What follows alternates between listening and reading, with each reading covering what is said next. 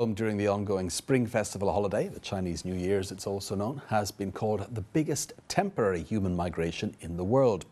At the heart of this most important of traditional festivals for Chinese people is, of course, the occasion for a family reunion, an important event in a culture where the family really, rather than the individual, is the social unit.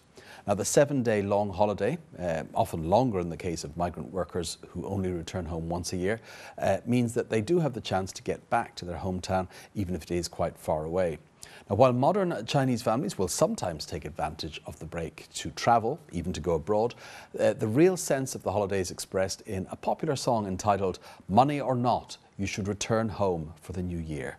But there are some Chinese people who, for whatever reason, buck the trend and don't make the journey homewards. To hear what Chinese net users have to say about this minority, let's join our researcher Julia Liu in the newsroom. Okay, Julia, first of all, before we get to net users' comments on this issue, can you give us some of the reasons, an idea behind some of the reasons that these people don't follow the crowd and don't get back to join their families for the vacation? Well, of course, there are various reasons, and I actually came across a survey on buyjob.com which asked this question. It says about 16% of white-collar workers chose not to go back to their hometowns for the Spring Festival.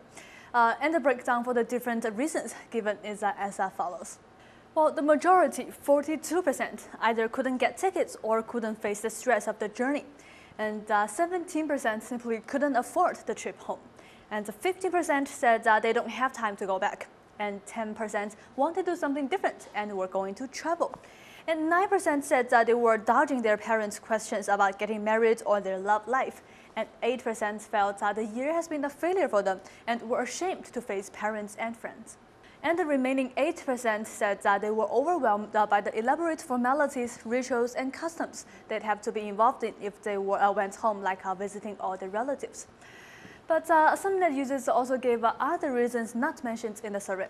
For example, Xiao Bingguo, the ma, is pregnant and doesn't feel safe pushing through the crowds. It could be fine on the train, but the railway station will be too chaotic. So I'd better be cautious and not go back this time. And another poster, LL4208222 from Shandong, has a similar worry. Last year, I went back home 3 times, during the Spring Festival, the Labor Day holiday, and my wedding in August. Now I'm pregnant, I can't travel. I'm 26 years old, and this is the first time I've missed spending the Chinese New Year at home. It's a pity I live so far away. Well, Xiaoming on 138job.com has no reason to travel home. My parents are coming to my house to get together with me. I spend the festival wherever my parents are. Now, Julia, we've heard this phrase "Konghuizu" mentioned online in relation to this phenomenon.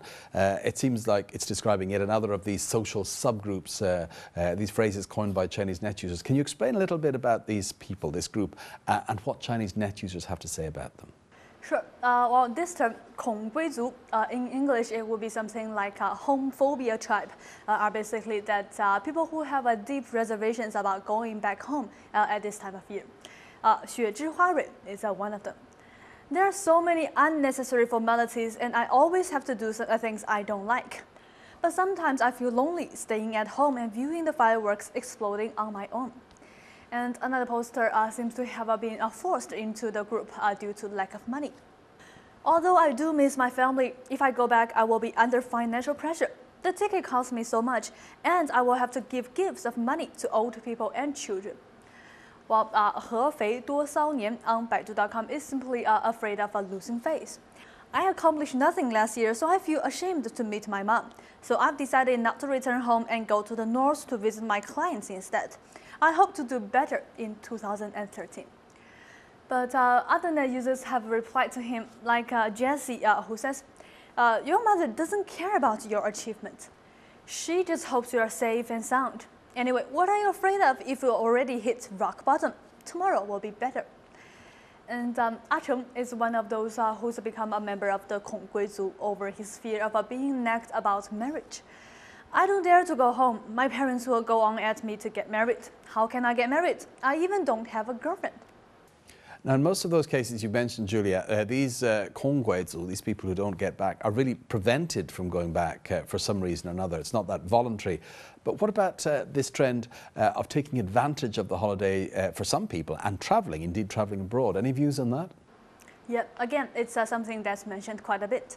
With the more disposable income and changing social values, a lot more Chinese people are considering this option. China Tourism estimates that during the 7-day holiday, domestic sightseeing is up 20% compared with last year, and that short-haul outbound tourism to Southeast Asian countries like Korea, Malaysia, and Thailand, or to Hong Kong and Macau are particularly popular. Well, this poster on Sohu.com seems in favor wherever it's to, saying, "You have worked hard for a whole year and survived doomsday in 2012. Now it's time to put aside everything and go for a trip." And for those who prefer a longer trip, this poster offers a suggestion to extend the vacation. For example, if you have 5 days of paid leave, you can ask for leave for February 4th. After 2-day weekends, and you have a holiday of 14 days in all. And some of the users are actually looking for traveling companions, like this poster on Baidu.com. "I won't go back home to spend the festival there and want to go on a tour instead for 5 days or so. Anyone want to come with me?" And there are several replies, like this one, who says, "I want to come with you and we can share the costs." While another poster says, "I feel the same, but traveling at this time costs so much." And the last poster has a point because as demand goes up, prices for trips and tours around Spring Festivals have soared. For example, according to Zhuhai.gd.cn, in Zhuhai City, prices for outbound tours can increase by anything up to 70%.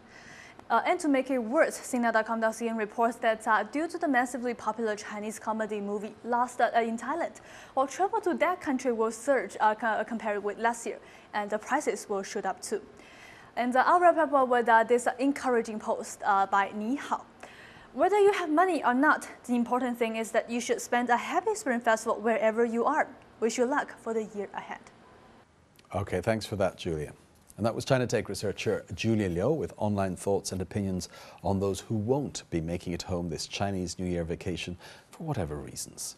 Next here on China Take, some of the top trending phrases on China's most popular search engines. Let's see what's got Chinese net users curious these days.